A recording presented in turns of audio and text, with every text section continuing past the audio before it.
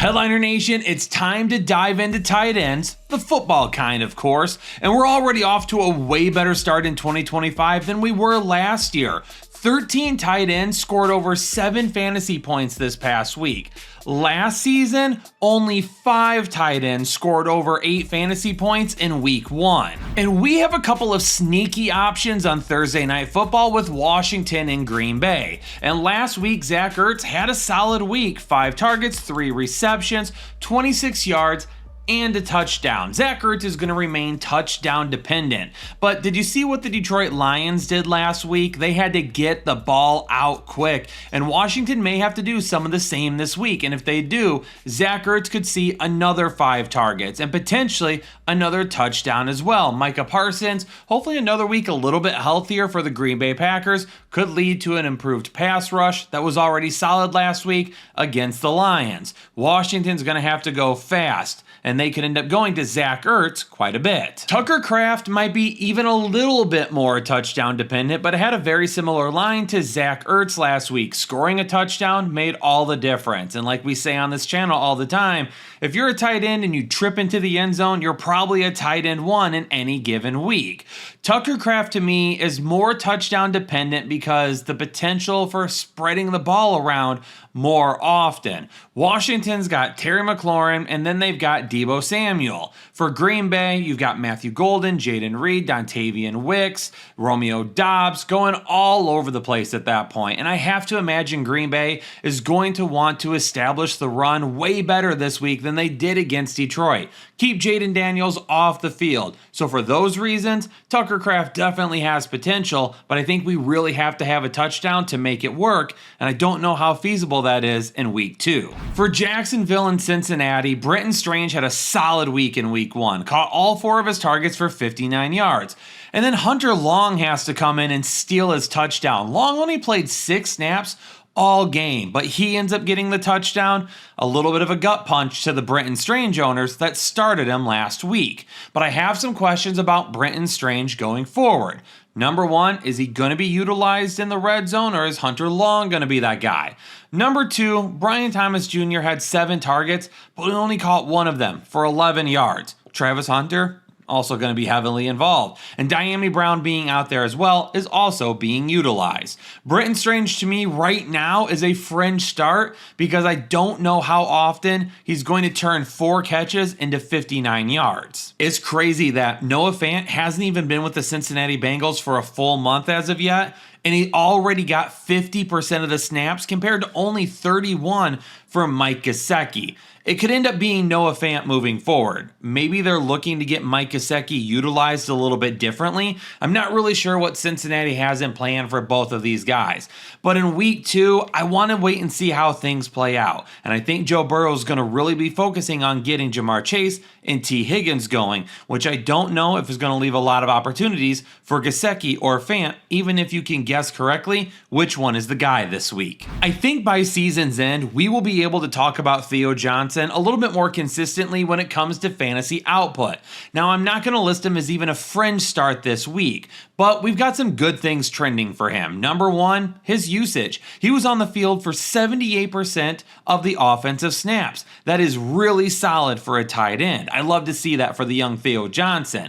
And number 2, outside of Malik Neighbors and Wan'Dale Robinson, you're not really throwing the ball to a whole lot of other people. Darius Slayton was the only other wide receiver to get a target, and it was just 1. So Theo Johnson at some point this season could end up becoming the number 3 target on this team, even if I'm not super excited for it to happen right this second. Jake Ferguson was number 2 for the Dallas Cowboys last week in targets with 6, and if he can stay as the number 2 or even number 3 option, he should be fantasy viable if he's getting consistently around 6 targets per week. Last week, the New York Giants allowed a touchdown to Zach Ertz. Even though he didn't do a ton in the passing game, he scored in the red zone. And hopefully Jake Ferguson can also find the red zone against the Giants this week. I tried to tell you all that this was going to be a mess to try and figure out. Colston Loveland was drafted to be in 12 personnel, which meant Cole Kmet was still going to be on the field quite a bit. Cole Kmet played 90% of the snaps on Monday Night Football. Colston Loveland played 57. Now, could I see that changing at some point in time? Yeah, absolutely. As the season wears on, we could see more and more Colston Loveland. But rookie tight ends typically take time. And if Colston Loveland takes a little bit of time in this offense that sputtered at times last night, then we could end up seeing some up and down performances.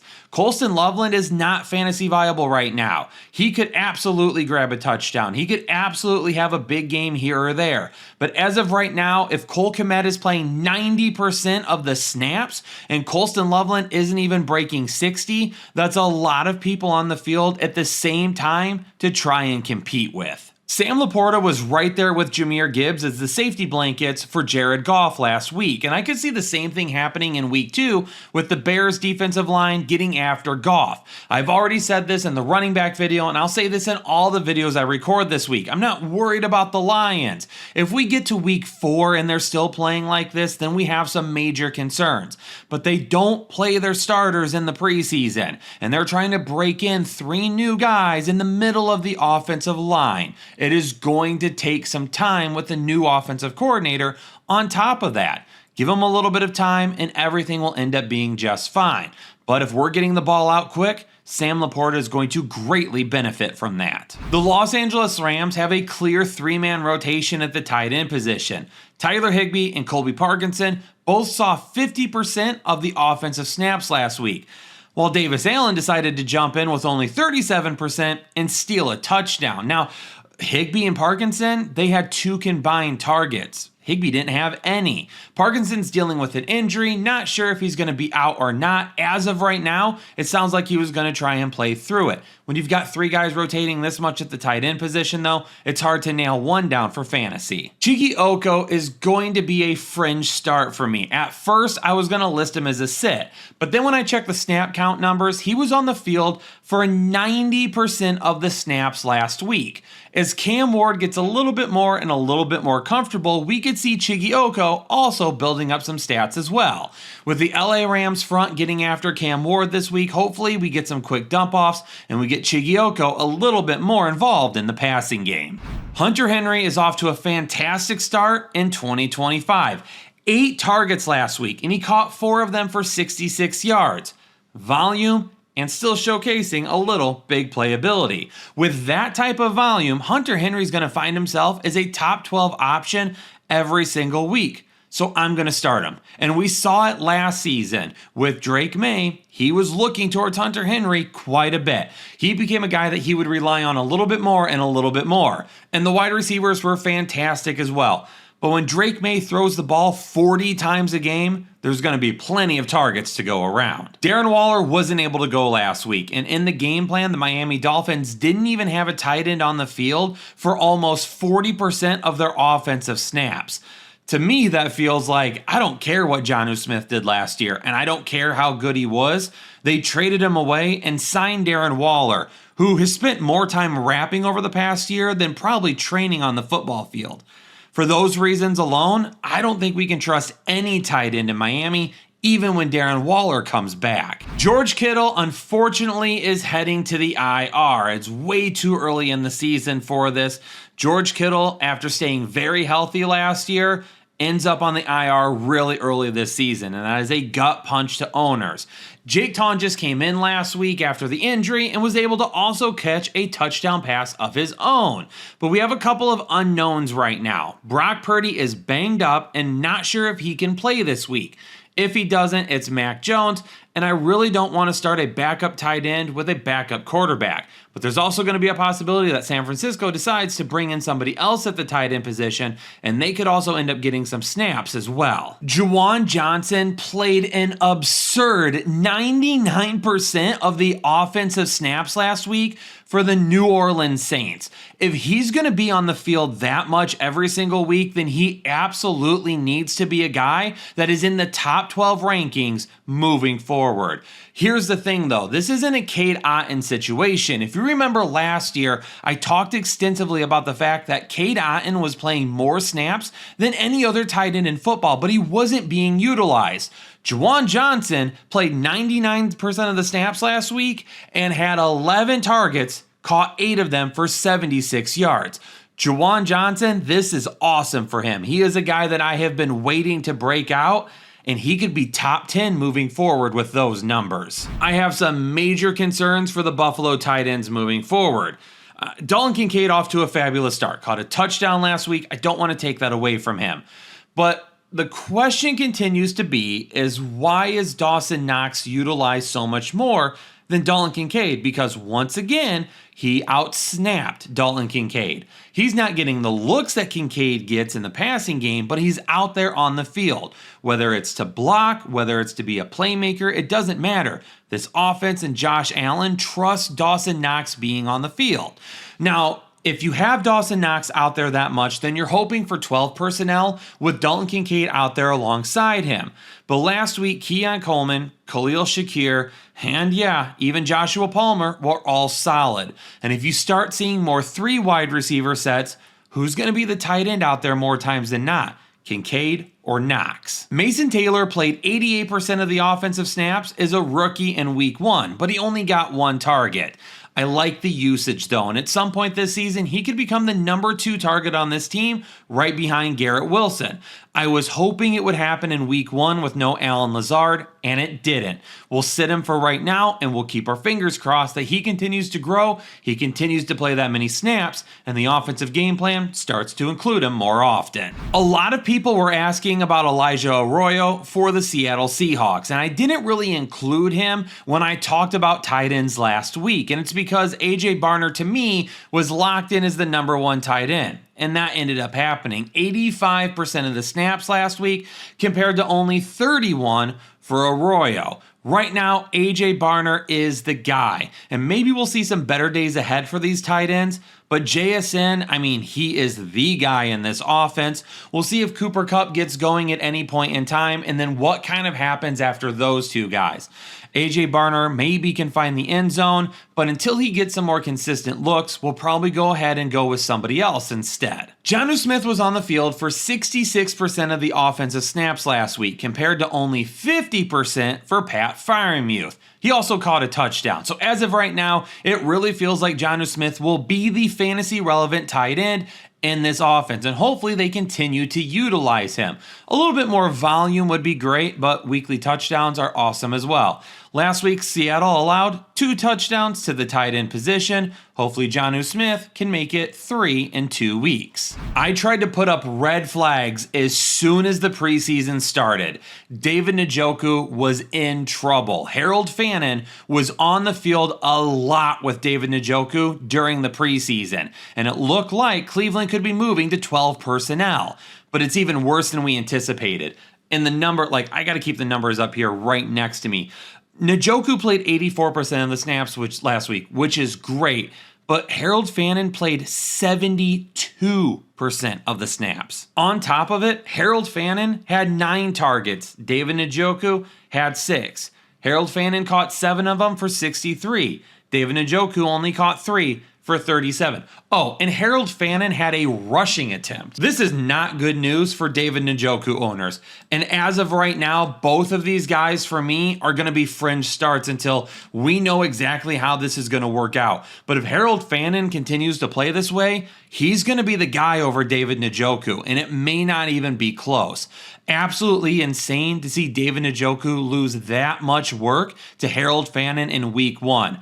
I knew it was going to be rough, but that's bad. In a game with that many points last week, how does Mark Andrews walk away with only 1 target? Now, I don't want to be completely out on Mark Andrews this week because there's still no Isaiah Likely, and Cleveland allowed a touchdown pass to the tight end position last week. But I tell you what, Mark Andrews, we got to get going. You're starting off 2025 the way you did 2024. You're going to end up on the waiver wire real quick if we don't turn it around. Unfortunately, it looks like Evan Ingram could end up missing multiple weeks. Nothing confirmed as of right now, but the injury that he suffered this past Sunday just isn't looking great for him. We'll continue to monitor it throughout the week, and if anything changes, we'll update you in the rankings show. As of right now, we'll go ahead and post up there that he does have a medical issue that we're keeping an eye on. Adam Troutman would end up being the tight end that plays in his place if he misses time. But I'm not going to start either of these guys in this matchup. Even if Evan Ingram were to start, we would probably need to seriously consider sitting him just in case he's out there more of a decoy. Tyler Warren, if he keeps getting 9 targets a week, he's going to keep being in our lineups and he's going to keep being a top 12 option. We knew that was possible during the offseason, given the fact how he was being utilized in the preseason and how they talked about trying to use him just like he was at Penn State, moving him all over the field. The question was Daniel Jones. Daniel Jones passed the week 1 test. Will he pass it going forward?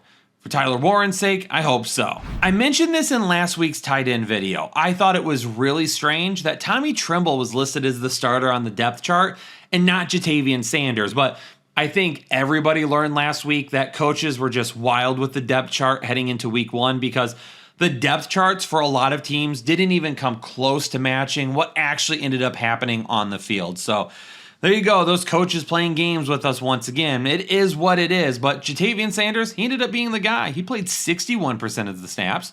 Tommy Tremble only played 45. From a fantasy standpoint, nothing really happened though. Sanders had 3 targets, Tremble had 1 target. The hope is that Sanders could jump ahead of Hunter Renfrow in targets because he had 6 last week. Can we get Sanders 6 to 8 targets every single week? He could be fantasy viable at that point. And last week, here's the thing. Arizona got just torn apart last week by Juwan Johnson in the passing game.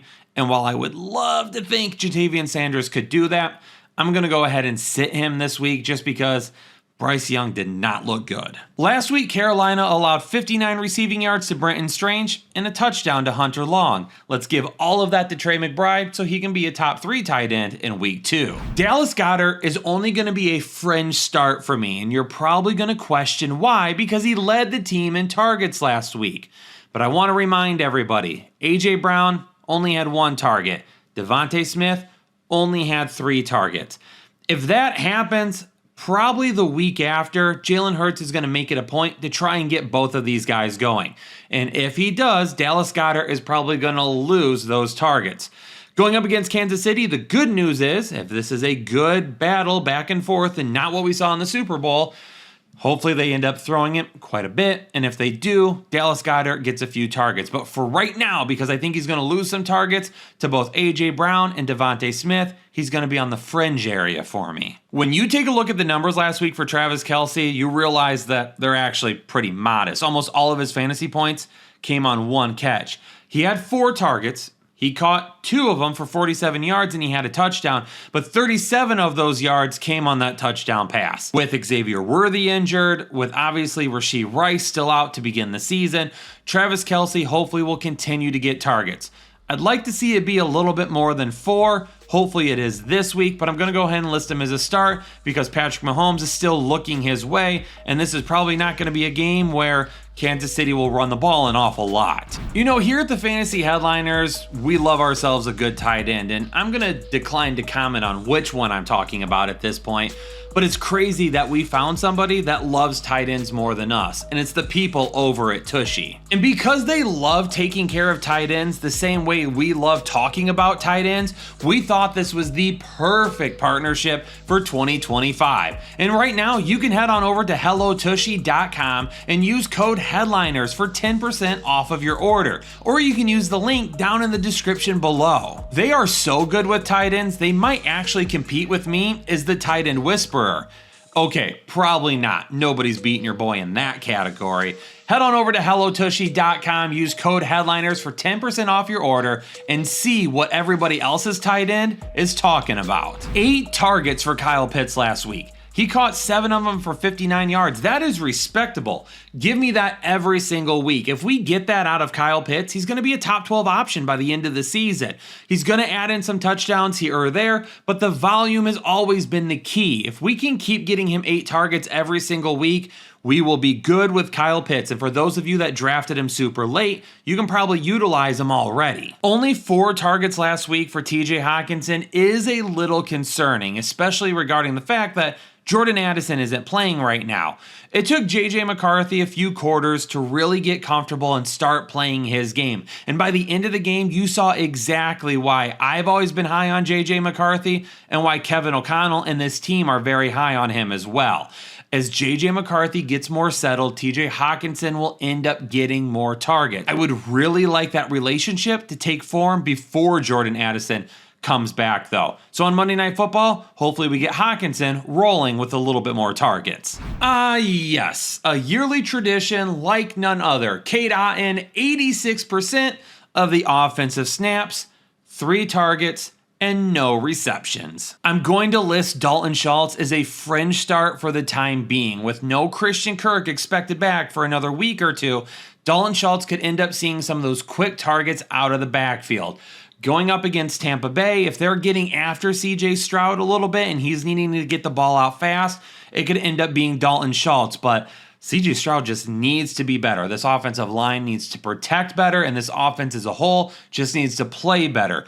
Dalton Schultz, to me, is going to have some risk. If you try to play him, his upside isn't that great. But if we can get him 5 targets, he could give you decent points. The way Tyler Conklin started Saturday Night Football, you would have thought he was going to be for a huge game. A 33-yard reception early, ended up fizzling out. He finished the game with 2 targets, caught both of them for 50 total yards. Will Dissly had an 18-yard catch. They only had 3 targets between the two of them.